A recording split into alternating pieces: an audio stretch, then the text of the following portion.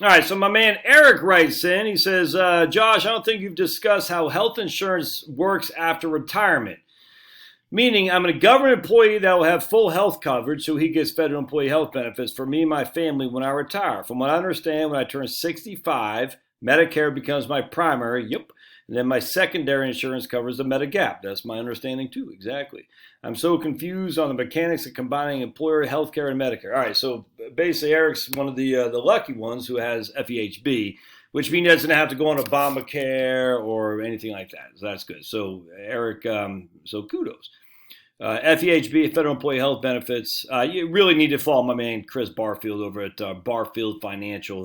That guy knows more about federal employee plans and his little tiny little finger than we all do combined on this whole channel. The only thing about that dastardly Chris Barfield, went to dinner with that guy one time when he was in here in Atlanta.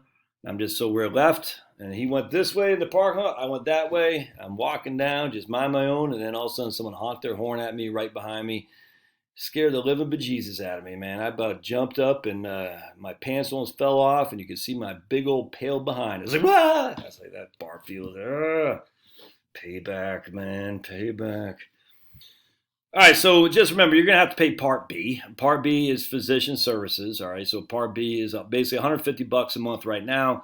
The CMS, the Centers for Medicaid and Medicare Services, CMS, they expect a 5.5% inflation on healthcare costs going forward. So that's actually what I use in Right Capital. I say what costs $100 today will cost $105.50 next year, and whatever the next, $111 or something like that.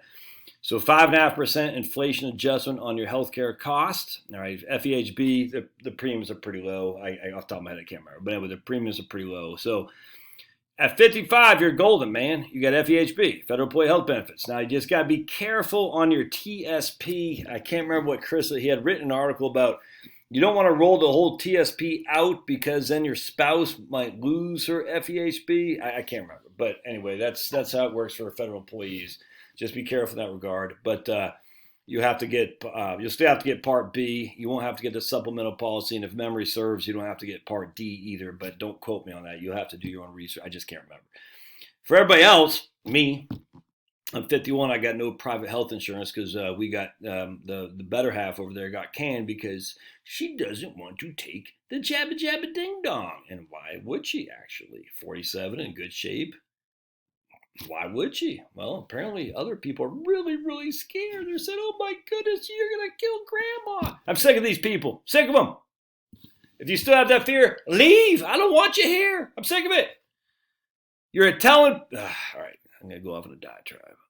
I'm trying not to get mad at this. I can't help it. The world is falling apart, and everyone wants to say, ooh, Francis Collins, listen to him. It doesn't have to be so political. You're the ones making it political, you freaking fools. We're saying, I just want to live free. You can do whatever the hell you want. I'm not doing it. But if you want to, I don't care. In fact, I should care if you do it because you carry a significant more viral load. The problem is, I don't. You have a right to do what you got to do. I should have a right to do what I want to do and keep my job, you freaking fools. Just if you are cool with this, get out of here. I don't want you here. Oh, it drives me up the wall. With the mandates, I'm saying, if you want to get back, I don't care. I got no antipathy towards you if you get it. Doesn't bother me in the least. Anyway, all right, so let's go back to the question at hand, shall we? So if you're not 65 and you're not on Medicare, well, you're probably going to need some kind of other insurance. And there's basically only three things. You can find some kind of private insurance through Obamacare. All right, that's, well, first it could be COBRA. So we'll be on her plan for COBRA for 18 months. And that's going to cost us probably $2,500 a month, man. 2,500 schmackers a month for COBRA. And then after that, we'll either go on Obamacare, which is all HMOs, which we don't like, or we'll probably go back to Medishare. I'm a fan of Medishare, and it seems like it's getting better every day. I like it. It's going to be more and more people. Health sharing is what it's called. I love it. It's like like the Mennonites, the Amish, the Jews, the Muslims, Christians in the old days. We used to actually share community building where you share resources to help each other out. You build your pole barn, I'll build, I'll help you build yours, and you help me build mine, and so on. That's the way it used to be. And that's the way it's going to be more and more, actually. You can see this a mile away. I freaking think it's fantastic. It's not true insurance. So you don't go, I got a nail, I got a hangnail, I want to file an insurance claim. No, you just pay out of pocket, man. And that's the way it should be. You got catastrophic coverage, pay out of pocket, done. Get yourself a direct DPC, something direct physician care. It's not DP. I can't remember DPC, where you get just your own person who does your basic stuff, your primary care physician kind of stuff. Direct primary care is what's called DPC, direct primary care. You need anything that's bigger than that, you pay cash. The DPC person, you need anything with hospital work or something like that, they set you up and you bill Medi-Share, and they go to their other people who are part of the Christian community to share health insurance. Medi-Share is great. There's other Christian things I'm familiar with that I'm not familiar with, but we were on Medi-Share and I enjoyed it very much. What are those? All right, so you got to go you don't have to do anything, frankly. You can do whatever you want, but you can use Medi-Share, Obamacare, and Cobra. Now, Obamacare, the problem is it's all HMOs, at least here in the great state of Georgia. We're not too keen on. Well, I frankly don't care, but my wife doesn't like HMOs. I was talking to these folks up in New Jersey today, and she doesn't like HMOs. I think a lot of women are anti-HMOs. It's just kind of funny because women know more about the healthcare stuff than the men do. Men know usually more about the money. Women know more about the healthcare. Not all the time, so don't get all friggin' tighty-whities on me here. But generally speaking, that's what I found, and that's us to a T right there. Oof, I don't know how Charlotte does it. But anyway, long story short, so once we hit 65, we'll have to get Medicare as well. And Part A is paid for. You already paid it with your FICA taxes. Part B is the physician services. Part D is to get the prescription drugs. And then you're going to have to decide if you want Part C, which is called Medicare Advantage, or the original Medicare, and get a supplement to original Medicare.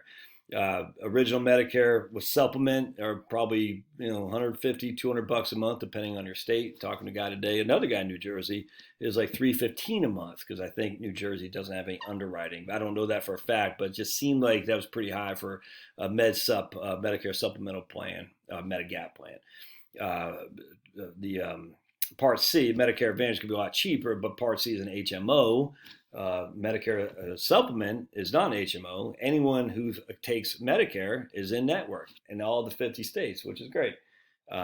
Part C has a lot of, every year it changes, prescription drugs and all. It's just a lot of I just don't want to be tinkering around with that crap. I'm like, nah, I was good. If I have the resource, I can do Medicare supplement as opposed to Medicare Advantage. If I have the money, it just costs more money for Medicare supplement than it does for Medicare Advantage. Because it's not an HMO. That's essentially the reason why. But anyway, a lot going on there. But yeah, Eric, with FEHB, not much you need to worry about, man. Just retire and enjoy it, brother. You got 15 good quality years ahead of you. At 70, you start winding down a little bit. Doesn't mean you're going to keel over, but enjoy it. All right, love your thoughts. We'll see you